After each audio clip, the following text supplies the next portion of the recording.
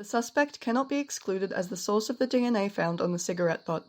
This evidence is 3.1 times 10 to the 9 times more likely, 1.1 times 10 to the 10 times more likely, and 3.3 times 10 to the 10 times more likely if the suspect is the source than if a random member of the Aboriginal, Asian Australian, or European Australian populations is the source, respectively.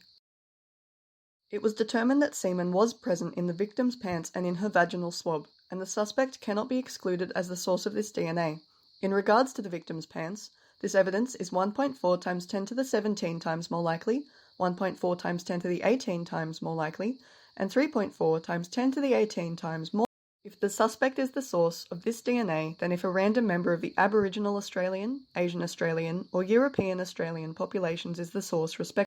In relation to the male fraction of the victim's vaginal swab, the DNA evidence is 7.5 times 10 to the 20 times more likely, 1.7 times 10 to the 18 times more likely, and 6.6 times 10 to the 18 times more likely if the suspect is the source of this DNA than if a random member of the Aboriginal Australian, Asian Australian, and European Australian populations is. Our examination cannot make comment on the alleged activities which took place between victim Mary Wang and suspect John Smith. This falls beyond the scope of the information and evidence available to us, and thus such a question cannot be addressed with any degree of certainty.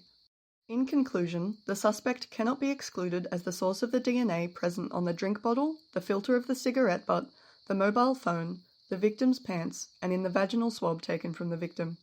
The victim cannot be excluded as being the source of the DNA on the suspect's shirt. It was confirmed that blood was present on the suspect's shirt, and that semen was present on the victim's pants and in the victim's vagina. However, no comment can be made on the activity that took place causing these bodily fluids and DNA to be deposited, as this is beyond the reach of the current available evidence and information.